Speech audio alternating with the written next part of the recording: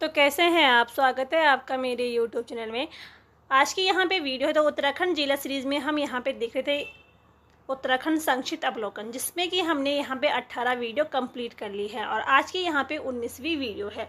अगर आपने अभी तक इन वीडियो को नहीं देखा है तो आप प्लेलिस्ट में जाके उनको देख सकते हैं। तो चलिए यहाँ पे शुरू करते हैं आज की वीडियो।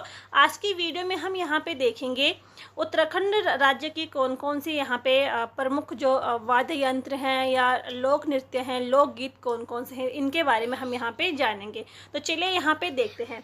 पहला क्वेश्चन है, गढ़वाल चित्र शैली एक सर्वेक्षण किसकी पुस्तक है। तो कल वाली वीडियो में हमने यहाँ पे देखा था जो प्रमुख पुस्तकें थी, इससे एक दो क्वेश्चन और यहाँ पे देख लेते हैं।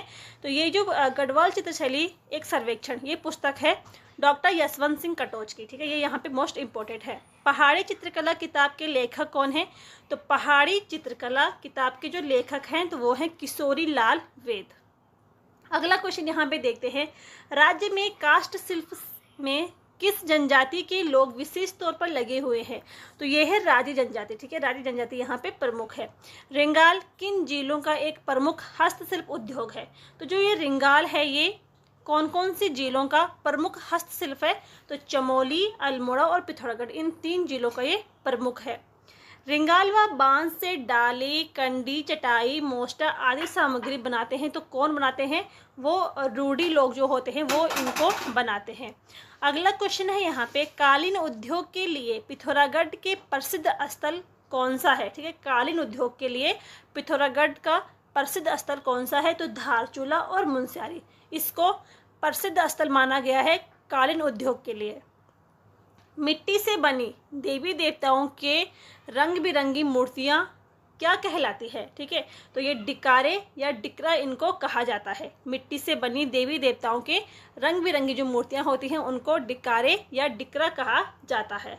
अगला क्वेश्चन है यहाँ पे, तांबे, पीतल, एल्यूमिनियम आदि के बर्तन कौन बनाते हैं। तो ये जो टमटा लोग होते हैं ये बनाते हैं तांबे पीतल के बर्तन, ठीक है। आगे यहाँ पे अगला क्वेश्चन है, राज्य में चर्म कार्य करने वालों को क्या कहा जाता है। चर्म कार्य यानी कि चमड़े से जो वस्तुएं बनाते हैं चमड़े की, तो उनको क्या कहते हैं, बढ़ई या इनको सारकी भी कहा जाता है, ठीक है। स्थानीय भाषा में चमड़े का कार्य करने वालों को कहा जाता है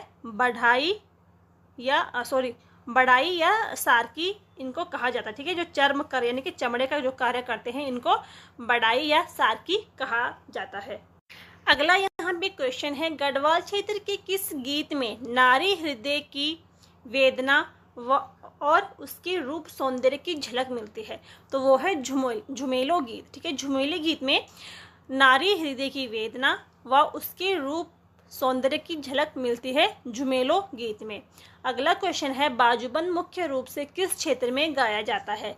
तो जो ये बाजूबंद है ये मुख्य रूप से रवाई क्षेत्र में गाया जाता है और बाजूबंद गीत को पेड़ों के नीचे बैठ के गाया जाता है, ठीक है। और बाजूबंद का जो दूसरा नाम है तो दूड़ा नृत्य भी इसको कहा जाता है। दूड़ा नृत्य हो या बाजूबंद ये एक ही है और बाजूबंद गीत पेड़ों के नीचे बैठकर गाया जाता है। अगला यहाँ पे क्वेश्चन है, गढ़वाल में कम उम्र की विवाहित लड़कियों द्वारा मायके की याद में गाया जाने वाला गीत है। तो ये है खुदेड़ गीत, इसको कहा जाता है। कौन सा गीत ओजी और बद्दी जाति के लोग अपने यजमान के घर जाकर मांगलिक अवसरों पर गाते हैं। तो ये है कुलाचार या बिरुदावली, इसको कहा जाता है। अगला क्वेश्चन है यहाँ पे, अधिक वर्षा तथा प्रिय मिलन की आस में गाए जाने वाला गीत है। तो वो है चौमासा गीत, इसको कहा गया है। वृद्ध पेड़ चारवाहों द्वारा युवा चारवाहों को सीख देने के लिए गाया जाने वाला कौन सा गीत है। तो ये है चूरा गीत, ठीक है। वृद्ध भेड़ चारवाहों द्वारा युवा चारवाहों को सीख देने के लिए गाया जाने वाला गीत चूरा गीत माना गया है। अगला क्वेश्चन है, जौनसार क्षेत्र के स्त्री पुरुषों द्वारा गोलाकार स्थिति में बैठकर गाया जाने वाला प्रश्न उत्तर गीत कौन सा है। तो इसको कहा गया है चौपती गीत। देवताओं या पौराणिक व्यक्तियों के आवाहन या सम्मान में गाए जाने वाले लोक गाथाएं क्या कहलाती हैं? तो ये जागर गीत कहलाते हैं। ठीक है, जो देवी देवताओं या पौराणिक व्यक्तियों के आह्वान या उनके सम्मान के लिए जो गीत गाए जाते हैं, लोक गाथाएं, तो उसको जागर गीत कहा जाता है। कुमाऊं क्षेत्र में ठुल गीत गाया जाता है। तो कब गाया जाता है? ये भाद्र मास में गाया जाता है। ठीक है, और ठुल गीत कृष्ण जन्माष्टमी से जुड़ा हुआ है। ठीक है, जो ठुल गीत है ये किससे संबंध रखता है? तो कृष्ण जन्माष्टमी से ये संबंध रखता है। न्योली किस प्रकार का गीत है? जो न्योली गीत है ये अनुभूति प्रधान गीत है। जागर गाने वाले, जागरिया के साथ नाचने वाले को क्या कहा जाता है? तो ये डांगरिया इनको कहा जाता है। ठीक है, एक जागर गाने वाले को जागरिया कहा जाता है और जागरिया के साथ नाचने वाले को डांगरिया कहा जाता है। कुमाऊं क्षेत्र में कौन सा अनुभूति प्रधान गीत प्रेमी अपनी प्रेमिका की याद में मेलों में हुड़के और नगाड़ों की धुन पर नृत्य के साथ गाता है? तो वो है भगनोल गीत। बैर गीत कुमाऊं का किस प्रकार का गीत है? तो जो ये बैर गीत है ये कुमाऊं का तार्किक प्रश्नों उत्तर वाला गीत है। अगला क्वेश्चन यहाँ पे देखते हैं। कुमाऊं क्षेत्र में खरीफ कृषि के समय खेतों में गाए जाने वाला गीत कौन सा है? तो इसको हुड़की बोल गीत कहा जाता है। ठीक है, कुमाऊं क्षेत्र में ये खरीफ की कृषि के समय खेतों में गाया जाने वाला गीत है, तो हुड़की बोल गीत इसको कहा जाता है। गढ़वाल क्षेत्र में नवविवाहित लड़कियों का ससुराल से पहली बार मायके आने पर बसंत पंचमी में बिकोत बिस्वत संक्रांति तक किया जाने वाला नृत्य कौन सा है? तो इसको थड़िया नृत्य कहा जाता है। ठीक है, जो नवविवाहित लड़कियां होती है वो पहली बार जब ससुराल से मायके आने पर बसंत पंचमी में ये गीत गाया जाता, मतलब ये नृत्य किया जाता है। गढ़वाल क्षेत्र का तलवार ढाल के साथ किया जाने वाला युद्ध नृत्य गीत कौन सा है? तो इसको सरो नृत्य कहा जाता है।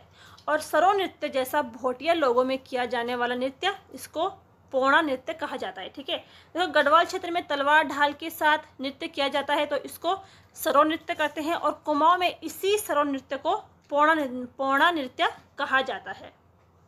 सरो नृत्य जैसा कुमाऊं क्षेत्र में युद्ध नृत्य भी है। ठीक है, तो उसको छोलिया कहा जाता है। उत्तरकाशी के किस मेले में पांडव एवं रांसो नृत्य किया जाता है? तो ये माघ मेले में किया जाता है उत्तरकाशी में। किस क्षेत्र का पांडव नृत्य विशेष प्रसिद्ध है? तो केदार घाटी क्षेत्र का जो पांडव नृत्य है ये काफी प्रसिद्ध है। चाली और भोर से अंत होने वाले मंडाण नृत्य को कहा जाता है। ठीक है, चाली और भोर से अंत होने वाले मंडाण नृत्य को केदार नृत्य कहा जाता है। जौनसरी समाज में जन्मोत्सव, विवाह आदि के समय किया जाता है तो ये बुढ़ियात नृत्य किया जाता है। कब किया जाता है? जन्मोत्सव, विवाह आदि शुभ अवसरों पर जौनसरी समाज में। ठीक है, जौनसरी जनजातियों में रामतुला वाद्य यंत्र के साथ किया जाने वाला नृत्य कौन सा है? तो वो है हारुल नृत्य। ठीक है, हारुल नृत्य वाद्य यंत्र के साथ किया जाने वाला है। और जौनसारी जनजातियों में पुरुषों द्वारा खंबे के शिखर पर चढ़कर किया जाने वाला नृत्य कौन सा है? तो इस नृत्य को लंगवीर नृत्य कहा जाता है, और इसका दूसरा नाम है नट नृत्य। ठीक है, इसको नट नृत्य के नाम से भी जाना जाता है, लंगवीर नृत्य को। इसमें पुरुषों द्वारा खंबे के शिखर पर चढ़कर किया जाने वाला ये नृत्य है। मध्य गढ़वाल क्षेत्र में सुख समृद्धि की कामना हेतु किया जाने वाला नृत्य है तो उसको बगड़वाल नृत्य कहा जाता है, जो कि गढ़वाल क्षेत्र में सुख समृद्धि की कामना हेतु किया जाता है। ठीक है, और नीति घाटी क्षेत्र का बगड़वाल नृत्य काफ़ी प्रसिद्ध है। अगला यहाँ पे क्वेश्चन देखते हैं। गढ़वाल क्षेत्र में चांदनी रात में किया जाने वाला श्रृंगार नृत्य है तो इसको चांचरी नृत्य कहा जाता है, और चांचरी नृत्य को भोनी नृत्य के नाम से भी इसको जाना जाता है। और बसंत ऋतु के आगमन पर गढ़वाल क्षेत्र में चांचरी नृत्य किया जाता है। और कुमाऊं में चांचरी नृत्य को झोड़ा नृत्य के नाम से जाना जाता है। ठीक है, कुमाऊं में चांचरी नृत्य को झोड़ा नृत्य के नाम से भी जाना जाता है। अगला यहाँ पे जो क्वेश्चन है, गढ़वाल क्षेत्र में नवविवाहित स्त्रियों द्वारा मायके की स्मृति में किया जाने वाला नृत्य है वो है झुमेलो नृत्य। कुमाऊं में बसंत के आगमन पर स्त्री पुरुषों द्वारा कौन सा नृत्य किया जाता है? ठीक है, कुमाऊं में बसंत के आगमन पर स्त्री पुरुषों द्वारा कौन सा नृत्य किया जाता है? तो इसको झोड़ा नृत्य कहा जाता है। और झोड़ा नृत्य में किसी भी आयु का बंधन नहीं होता है। गढ़वाल क्षेत्र में बालक बालिकाओं द्वारा किया जाने वाला मनोरंजक नृत्य कौन सा है? तो इसको घुघती नृत्य कहा जाता है। गढ़वाल क्षेत्र में भैला भैला नृत्य किया जाता है। तो ये दीपावली के अवसर पर खेला जाता है जो भैला नामक नृत्य है। कुमाऊं क्षेत्र में गीत गायन प्रतियोगिता के रूप में दिन रात किया जाने वाला नृत्य है। तो इसको बैर नृत्य गीत कहा जाता है। कुमाऊं क्षेत्र में मेलों में किया जाने वाला नृत्य है। तो इसको भगनोल नृत्य कहा जाता है। कौन सा नृत्य बिहू व गरबा की श्रेणी का है? देखो, जो बिहू है असम का बिहू, ठीक है, गुजरात का गरबा और मणिपुर का रास नृत्य, तो ये किसके समान का नृत्य है? तो चौफुल्ला नृत्य के समान है। ठीक है, इसको यहाँ पे याद रखना है। असम का बिहू, गुजरात का गरबा और मणिपुर का रास नृत्य ये चौफुल्ला नृत्य के श्रेणी में आता है। ठीक है, और माना जाता है कि माता पार्वती ने शिव को प्रसन्न करने के लिए चौफुल्ला नृत्य किया था।